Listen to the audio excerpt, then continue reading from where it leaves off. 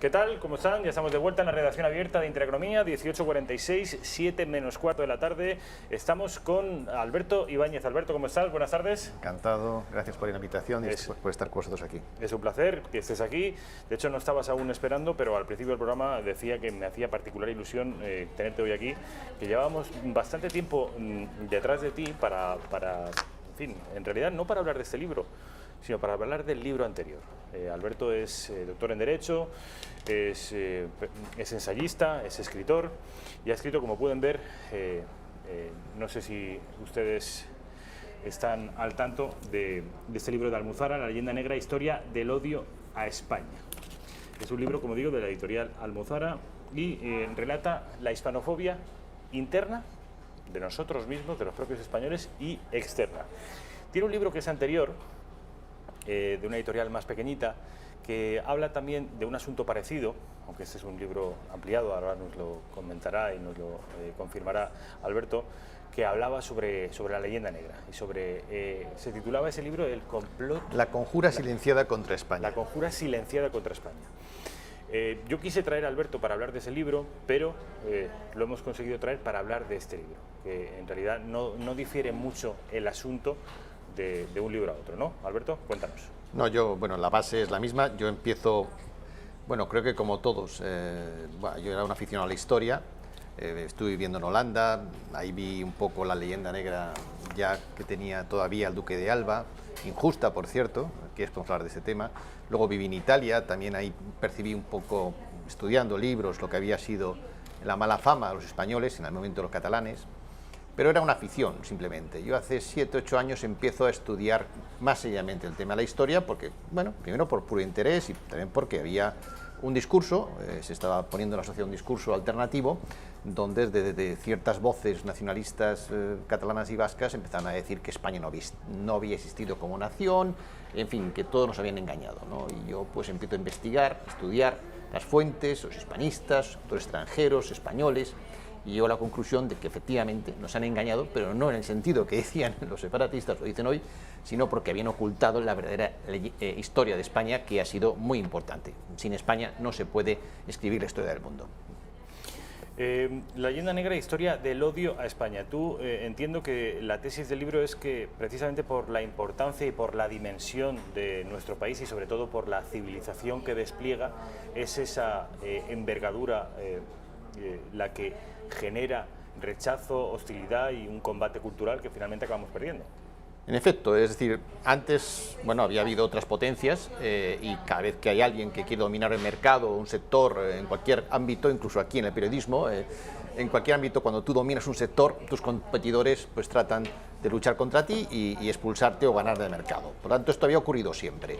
El problema que se da con España es triple. Uno es que somos la primera potencia que realmente conecta al mundo. Y al conectar el mundo, al descubrir, bueno, al conectar el planeta, porque hasta entonces no se conocía, somos la única potencia que puede convertirse en monarquía universal. Esto no es una cosa mía, Tomás Campanella, otros autores ya hablaban de España como posible monarquía universal. Claro, esto no había ocurrido hasta entonces, que un país pudiera dominar completamente el globo. Dominábamos el mar con la armada, dominábamos la tierra con los tercios y supuestamente teníamos acceso a unas riquezas inagotables que luego no fueron tantas, si quieres entramos en ello. El segundo elemento es, como bien dices, ¿no? Después de todo esto surge el Imperio Británico, que plantea un modelo cultural alternativo y se plantean dos modelos culturales, uno en torno a la hispanidad, que era básicamente filosofía de Escuela Salamanca más doctrina social de la Iglesia Católica, y otro el protestantismo más el liberalismo de corte individual. Y eran individualistas. Y tenía que quedar uno, es decir, eran modelos culturales que uno tenía que quedar, ¿no? Y quedaron ellos porque fueron más hábiles en la guerra de propaganda. El tercer elemento es la imprenta, es decir, es la primera campaña propagandística que se beneficia a la imprenta. Y eso le da un poder que no había tenido ninguna otra anterior. Por cierto, hoy, cuando la leyenda negra está resurgiendo, supongo que hablaremos de esto después, nos encontramos con otro medio tecnológico a disposición de la guerra de propaganda, que son las redes sociales, ¿no? Pero hay un cuarto elemento también que explica por qué la leyenda negra española fue la que más tiempo duró, hasta la actualidad, y la que más agresiva fue. Y es porque cuando empiezan el resto de países europeos a tener sus colonias, bueno, ellos tenían colonias, nosotros no, porque nunca consideramos colonias en los territorios de ultramar, se encuentran que empiezan a hacer barbaridades y que hay contestación. Y la leyenda negra española se convierte en la gran cortina de humo para engañar a todo el mundo y para que nadie viera donde ellos no querían mirar. Nadie mirará en África, todavía hoy nadie se plantea por qué África es el continente más pobre del mundo, si tiene alguna responsabilidad las potencias colonizadoras, nadie se lo plantea, porque la leyenda negra española, sazonada por imágenes tremendistas de Debris, etcétera, sirvió de gran truco de trilero, ¿no? Los españoles son muy malos, nadie ve lo que pasa en Australia, nadie ve lo que pasa en Canadá, el 95% de los indígenas canadienses murió, nadie ve lo que pasa en Tasmania y en tantos otros sitios. Fue un gran truco hasta hoy para ocultar la leyenda negra de los demás. Si te parece, Alberto, te voy a pedir punto por punto que derribes, obviamente estamos en televisión y no puedes ofrecernos una conferencia, pero sí brevemente, quizá también para proveer de instrumentos y herramientas intelectuales a nuestros espectadores a la hora de defendernos de según qué acusaciones. Por ejemplo, el secular genocidio amerindio. Nosotros vamos a América, les robamos el oro, matamos al 90% de la población, incluso las casas hablaba de más muertos incluso que habitantes en el Caribe. ¿Qué pasó realmente en América? Bueno, es una tesis completamente desprestigiada, no se basa en ningún tipo de dato histórico, fuera pura propaganda.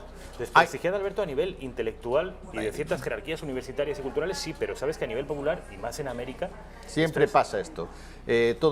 Efectivamente, el problema es que España, luego también, bueno, son tantos temas, España cuando reacciona para enfrentarse a esta guerra cultural lo hace, pero se dirige a las élites de otros países. Ellos, sin embargo, es decir, los británicos y luego los franceses, se dirigen a las masas, crean el panfleto como arma cultural lo crea la leyenda negra, concretamente los británicos y holandeses, el panfleto, el folleto, que era un documento con mucha imagen, poca letra, que, bueno, pues...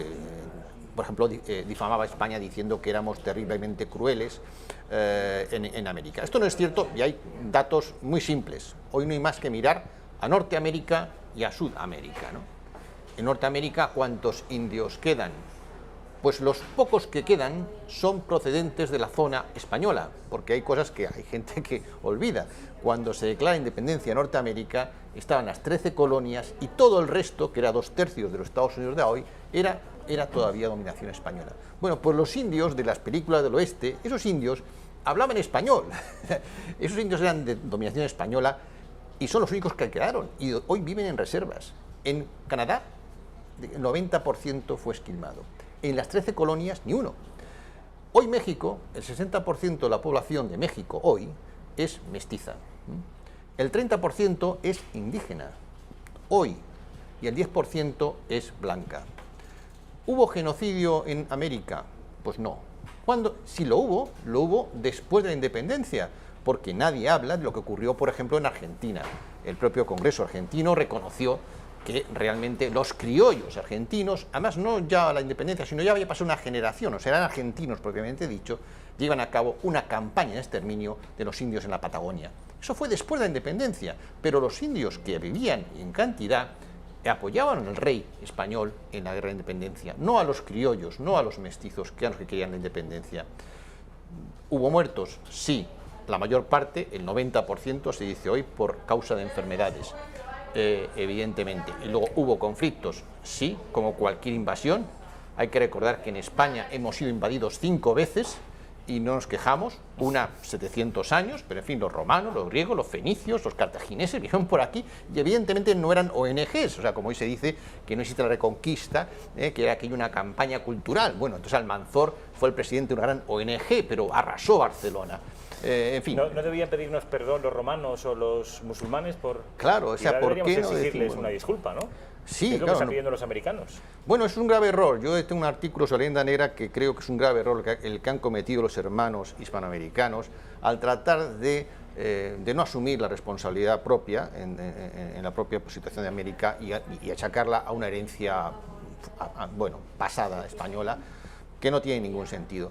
Evidentemente nosotros no hacemos eso, ¿no? De aquí vinieron los cartagineses, aprendimos de ellos, aquí vinieron los fenicios, aprendimos de ellos, aquí vinieron los romanos, y arruinaron nuestra cultura anterior, es decir, nadie habla íbero, y nosotros no estamos dándonos golpes de pecho todo el día porque no hablamos íbero. Alguien diría, pero Alberto, es que eso fue hace 2000 años, pero es que es mucho más reciente lo que ocurrió en América. Pero es que el vasco, por ejemplo, que dicen que es el primer idioma español, es de aquella época. Ellos están muy orgullosos por hablar un idioma de hace 2000 años. Nosotros podríamos decir, pues recuperemos el íbero, es que hoy se quiere recuperar el bable, pues yo propongo recuperar el íbero y recuperar el celta. Bueno, nadie lo dice, ¿no? ¿Por qué? Porque es absurdo, ¿no? Es estar mirando completamente con el espejo retrovisor. Aprendimos los romanos, vinieron y nos pusieron su cultura y se mezclaron con la nuestra. Lo mismo que pasó en América. Y por cierto, América, antes de la independencia, era un continente enormemente próspero. Y digo el del sur, el del norte eran villorrios, y además estaban todo el día peleados porque no tenían... Tuvieron representantes en las Cortes de Cádiz,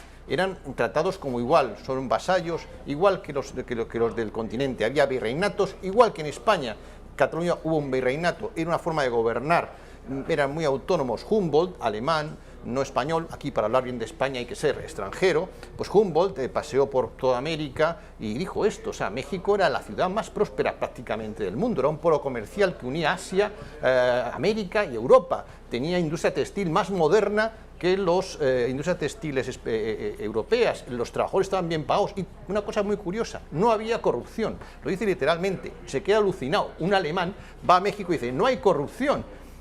Bueno, ¿qué pasa en México? Que pide renta y que tarda 70 años o más en recuperar la renta que tuvo antes de la independencia. Es una pregunta que no se han hecho los hispanoamericanos y que deberían hacerse. Ese viaje de Humboldt que glosa de una manera muy generosa las virtudes y las bondades del continente americano, yo se lo recomiendo. Entiendo que está reflejado también en el libro, por supuesto, que pone a los americanos hispanos por las nubes y habla, por supuesto, de una superioridad técnica, cultural, económica y de todo tipo con respecto a los americanos del norte, pero también, y esto es más sorprendente, de los propios europeos. Es decir, es una cosa tremenda, pero claro, Humboldt, alemán, no español. Con respecto a la Inquisición española, que también ha sido origen de multitud de mitos, de leyendas y de aberraciones, hoy conocemos y sabemos que son aberraciones, pero siguen perviviendo, siguen resistiendo. Bueno, es muy curioso. Mira, hace unos años, estaba Obama de presidente, hay un discurso que él hace, un desayuno, que él hace una vez al año, hizo un discurso y dijo, las tres grandes males de la humanidad han sido la esclavitud, hombre, siendo negro que menos, ¿no? Una cosa, y la Inquisición española, en el siglo XXI. ¿Dijo española? Dijo española, la Inquisición española. Curiosamente, sabemos todos que Norteamérica ha sido un país que ha lanzado no una, sino dos bombas nucleares sobre la población civil. Eso no le pareció un problema al señor Obama. Pero sí una cosa ocurrió hace mucho tiempo. La mala suerte de esta gente que lanza improperios contra España es que la Inquisición eran tribunales que tenían actas. Y son los únicos tribunales donde se puede estudiar lo que pasó. Bueno, lo han estudiado hispanistas, o sea, no españoles, porque entonces, bueno, no. Henry Kamen, por ejemplo, que es un hispanista inglés, ha estudiado esas actas, y dice que como mucho 3.000 muertos. En toda la historia de la Inquisición, 3.000 muertos, con un juicio que era arreglado. Bueno, no hay que irse a los juicios del orden penal que había en otros países que eran mucho más crueles que la Inquisición. Solo la muerte de brujas, solo en un país, 25.000 muertes de brujas en Alemania, 20.000 en Inglaterra, persecución de católicos en Inglaterra, persecución de protestantes en Francia. Pero de esto nadie habla. La pregunta es por qué. Y la pregunta es por qué los españoles lo hemos interiorizado y lo seguimos diciendo esto en tertulias o en, bueno, el mundo académico, sigue diciendo que la Inquisición fue y traerá el prototipo de la crueldad y de la intolerancia. Bueno, es decir, intolerancia hubo en todos los países. Acostumbrémonos a que cuando hacemos historia hagámosla en sentido comparado. No, podemos criticar a España, evidentemente cometimos errores, no hemos sido santos, solo nadie faltaría. lo es, pero hay que comparar con lo que hacían otros en parecido tiempo y lugar, y evidentemente no hemos sido los más malos de la película. Tú mismo te preguntabas, los suizos, los alemanes mataron más brujas que toda la historia de la Inquisición española unida, las persecuciones de católicos en las Islas Británicas, pero de eso no se habla, se habla de lo nuestro. La pregunta es, ¿por qué? Bueno, como te dije, la leyenda negra española tuvo dos virtualidades. Una, que no domináramos el mundo, tenían mucho miedo a que eso ocurriera. Podía haber sido un mundo mejor que este. El mundo anglosajón ha producido 2 guerras mundiales, más de 100 millones de muertos, o sea, tampoco es para tirar cohetes. Y 2, que no se hablara de sus leyendas negras. Fíjate, hay cosas muy curiosas. En el siglo XX hay varias cosas que pasan que son muy importantes. Evidentemente, las 2 guerras mundiales, el comunismo, pero hay un elemento que ha pasado desapercibido. En el siglo XX pasa un hecho fundamental, y es que el Imperio Británico desaparece. No habla nadie de ello. Pero es que casualmente en los años 40 y 50 hubo 3 obras financiadas por la Universidad Británica que hablaba de Decline of Spain, no de la España franquista, no, la decadencia del Imperio Español en el siglo XX, para atraer de nuevo la atención a España, cuando todo el mundo tenía que haber dicho Gran Bretaña ha sido perdedora de la Segunda Guerra Mundial porque ha perdido su imperio. Y por cierto, el Imperio Español, y no nos lo perdona, fue el único imperio que no pensó en la metrópoli antes que en sus colonias, por llamarlo así. Nosotros no tuvimos colonias. Es decir, Gran Bretaña arruinó a gran parte de los países donde estuvo. China era mucho más rico que cuando llegó Gran Bretaña, India también. Australia, bueno, hubo un genocidio de aborígenes y lo llenó de presidiarios. Hoy son muy ricos, pero porque sustituyó poblaciones, ¿no? Pero ahora viene, Alberto, un corresponsal del Times o del The Guardian y dice, señor Ibáñez, me parece perfecto, mire usted cómo están sus antiguas colonias hoy y mire cómo están mis antiguas colonias hoy. Pero fíjese, ni siquiera eso es cierto. Eso es también, de nuevo, el truco del trero. ¿Dónde pone la atención? ¿El mago qué hace para engañar al espectador? Llama la atención a la mano que no hace nada, pero por la otra te está haciendo el truco. ¿Es Latinoamérica el continente más atrasado del mundo? No. Es África y también Asia. Bueno, salvo el sudeste asiático, que desde hace 50 años está pegando el estirón, ¿no? Bueno, nadie se plantea por qué. Es el más corrupto, yo tengo la lista en el libro. Los 12 países más corruptos del mundo, ninguno de cultura española. Los 12 países más pobres del mundo, ninguno de cultura española. El país más pobre de Latinoamérica es Haití, que es de colonización francesa. Pero vamos a ver, quitémonos ya este San Benito de encima. Y vuelvo a decir, lo que ha pasado en Latinoamérica de malo ha pasado después de que España se fue. Cuando España deja Latinoamérica era un continente próspero y unido. Y ellos convirtieron aquello en un mosaico de pequeños países peleados por sus fronteras. ¿Por qué lo hicieron? Podemos hablar de algunas teorías conspiranoicas del norte, pero no por culpa de España. Ese mismo corresponsal del Guardian o del Times seguramente dirá, vale, la decadencia de los países suramericanos se producen después de las independencias de España, pero tienen una herencia cultural hispánica, eso es innegable. Bueno, la herencia cultural hispánica era de una parte. Vamos a ver, primero, hay teorías para todos los gustos. Yo recojo en el libro y no voy a desmenuzar todo, pero hay 2 elementos. Uno, Norteamérica, a partir de la independencia, quiere convertirse en el país dominante del continente. Y eso hace que intervenga desde el minuto cero en el diseño del sur. Lo primero que hace es meterse para que no exista una sola América, que era el proyecto Simón Bolívar, ni siquiera que se mantuviera, que el otro proyecto alternativo, los virreinatos españoles. Si se hubieran mantenido virreinatos españoles, probablemente la propia dimensión hubiera sido más factible. Se crean microestados que se pasan años discutiendo y peleando por sus fronteras. Luego, en el caso de Sudamérica, hubo mestizaje. Es decir, no se puede echar la culpa a la cultura, a la genética española, porque éramos un porcentaje reducido. Fuimos allí, pero tampoco éramos tantos. Nos mezclamos. Había una parte que era indígena, que siguió siendo indígena, que sigue siendo hoy. Hay un presidente de un país que es indígena, nunca lo habrá en Estados Unidos. Por lo tanto, tampoco en sentido genético se puede echar la culpa a España. España, pues como mucho, pudo llegar a ser el 20% de la población. Los demás eran ya mestizos, eran indígenas, en otros pobladores y demás. No tiene ningún sentido. Lo que sí que ha habido es una falta de ausencia de responsabilidad de los propios hispanoamericanos, de no asumir sus propios errores y su propia responsabilidad. Y cuando uno asume los errores suyos y echa la culpa a otro, al chivo expiatorio, lo que pasa es que no resuelve nunca los problemas que tiene. Bueno, hoy está mucho mejor que hace 40 años, quiero decir, que hay países que funcionan muy bien, pero lo primero que tiene que hacer Hispanoamérica es quitarse ese San Benito de esa culpa heredada, que lo que le impide es tomar decisiones hoy y asumir responsabilidades hoy.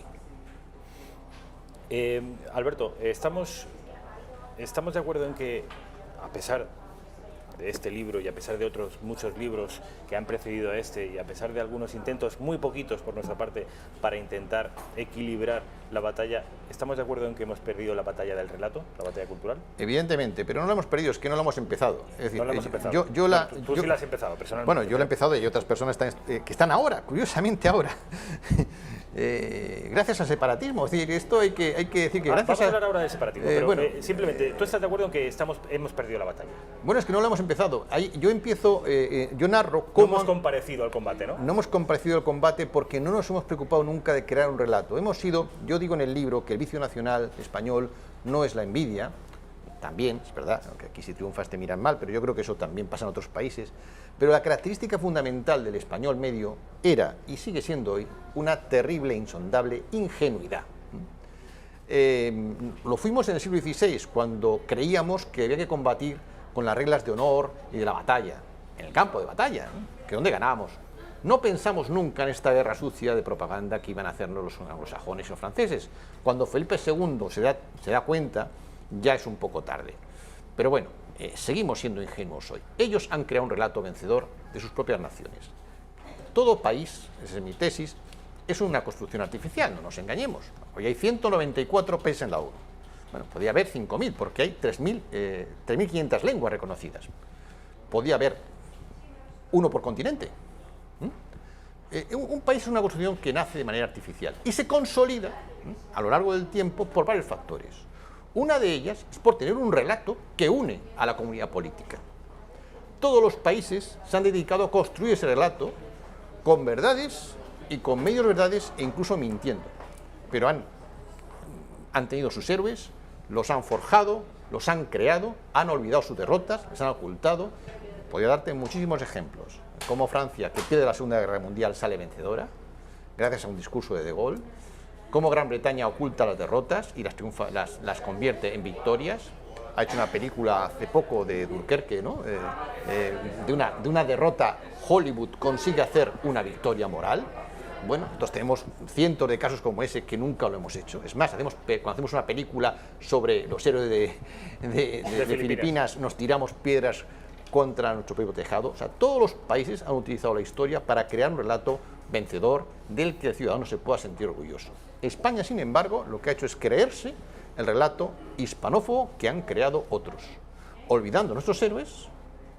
La primera estatua de Lezo ha sido de hace 5 o 6 años, otros ni la tienen, no se estudian en la escuela, nuestros grandes héroes, que los hemos tenido a porrillo y las grandes hazañas las ocultamos. El otro día, bueno, yo más como creo que estamos en una guerra cultural, hoy, claramente, yo otro día me hacía una entrevista en el Confidencial sobre este libro.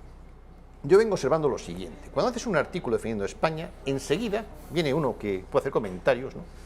Y a las 3 de la mañana, a las 4 de la mañana, hace un comentario con el siguiente formato. Primero, este señor no tiene idea. O sea, yo no tengo ni idea. Pero puedo ser el catedrático, puede ser Sabater, no tiene idea. ¿Por qué? Pues porque no sabe, porque fue franquista, porque la ha educado en no sé qué, porque no conoce nada de Cataluña, por lo que sea. B, el medio que publica esto es un medio que tiene mucho prestigio para acabar publicando este tipo de, me decían, españolistas de garrafón, ¿no? Y luego, 3, hombre, yo no puedo ser español porque España es un desastre. Entonces te cuentan cosas tremendas. Bueno, cualquier cosa, vale. El último día me hablaban del desastre anual. ¿Cómo puedo ser español? Me decía uno, con el desastre anual. Bueno, es que es como decir un británico, ¿cómo puedo ser británico con el desastre de Cartagena e Indias? Que fue mucho mayor, ¿no? Bueno, para empezar, somos el único país que llama desastres a sus desastres. Ningún otro país llama desastres a sus desastres. Los oculta o los maquilla, ¿no? No tenemos un señor bajito, tal, vestido militar. Bueno, es un dictador que va a ser dictador 100, 200 años después, ¿no? Haga lo que haga, se muera 50 veces, seguirá siendo un dictador terrible y seguiremos haciéndonos, bueno, el harakiri histórico-cultural que yo hablo permanentemente. Otros tienen dictadores no menos terribles. Y no hablo de Hitler. Napoleón fue un dictador. Pero llega el gobierno francés y dice, oye, yo tengo que crear un país, que no existía Francia, ¿Cómo lo creo? Porque hay un proyecto maravilloso de la Revolución Francesa, que no, con levas forzosas de los jóvenes en los territorios que se resistían, con guerras, con esquilmación de población en la Vendée, pero también creando relato. ¿Qué hace lo primero el gobierno francés? Llama a 3 literatos, entre ellos a Stendhal, y les paga para que hagan una biografía laudatoria de Napoleón. ¿Por qué? porque no tenían otro. Hombre, este por lo menos ha llegado a Moscú, ¿no? Pues vamos a hablar de él. Pero solo estaba todo el día peleando, ¿no? Si estaba todo el día, estaba como una cabra, tal. Si quería ser emperador, se autocoronó emperador. Si quería crear una dinastía, si se cargaba la revolución. No. Eso ocultarlo, ¿eh? No. Este hombre es el que trae el Código Civil. ¿Sabía mucho de leyes, Napoleón? Es como decir ahora que Franco trajo la ley de procedimiento administrativo. Claro. ¿Sabía mucho de leyes Napoleón? Pues no, sí, el código. Y luego, bueno, incluso hoy, gente española que hizo declaraciones aquí en Madrid, pro Napoleón, dicen que es el hombre que trajo el mérito y capacidad. Napoleón, el mérito y capacidad, y nombra a toda su familia reyes. ¿Pero de qué hablamos? A ver si nos damos cuenta cómo funciona el mundo. Somos los más tontos del planeta. Eso es lo único, nuestro gran error. Eso es lo único seguro, la única certidumbre que tenemos. Por último, ¿qué hay? Es decir, el separatismo catalán y los separatismos regionales en nuestro país, ¿beben o han bebido de esto, de la leyenda negra? Evidentemente, es parte del plan. Es decir, primero el plan es que España que no sea una potencia, ¿no? Que deje de ser la gran potencia. La segunda parte, que no vuelva a ser nunca más. Hay dos lemas en la vida: divide y vencerás, o la unión hace la fuerza. Hay que elegir uno de ellos. Los españoles parece que estamos eligiendo divide y vencerán ellos, claro. Sí, los otros. Cada vez que los españoles nos hemos enfrentado entre nosotros, han ganado ellos. Mira, en 1640, los catalanes están diciendo todo el día que perdieron la autonomía en 1714, que es falso. Otro relato se han inventado, que fue una guerra civil y mucha gente apoyaba a Carlos, que por cierto, Carlos, que hubiera sido Carlos III, ¿no? Lo apoyaban en Madrid. Es decir, es que era lo natural que heredaran los Austrias. Se cambió el todo luego salió bien. Felipe V fue un rey modernizador, que al que benefició más fue a Cataluña, que subió renta, ¿no? Pero bien, 1514. 1540, Cataluña se independiza de España 12 años. Bueno, se independiza de España no, pasa a depender del rey francés. A los 10 años ya está pidiendo a Felipe IV que por favor vuelva. Que vuelva y que imponga, reinstaure la justicia de Castilla, porque ahí no había quien viviera. Con el francés y con la oligarquía catalana, que los segadores, los segadores, son los que sufrieron muchísimo de los oligarcas catalanes que les esquimaban una vez que España desaparece. Cuidado, eso se volvería a repetir hoy. Bueno, pues se cambia todo el relato. ¿Aquello por qué se produce? Porque Francia quería apoderarse de Cataluña, siempre lo ha querido. Napoleón, cuando viene y conquista España, le quería dar a José I del Ebro para abajo, del Ebro para arriba pasaba a Francia. Portugal se independiza de España no porque quisieran los portugueses, que por cierto, creo que hay un referéndum hace poco, unas encuestas que quieren volver a ser español. Bueno, sí. Siempre han sido hispanos, España, Lusitania era parte de España. Bueno, se independizaron porque Gran Bretaña lo quiso y Gran Bretaña les trató como una colonia económica. Y ves al País Vasco, ves la bandera de Icurriña y, hombre, ¿a quién se parece? Pues es una bandera que no tiene ninguna historia. Es una bandera que se inventa Sabino Arana y su grupo y que copia la bandera británica. Hombre, ¿por qué? En fin, no hay que ser muy listo. 2 y 2 son 4. Aquí ha habido gente que le ha interesado en que España no funcione para que ellos se beneficien otros. Y hay los tontos útiles, lo que llamo hispanobobos, que les hacen el juego.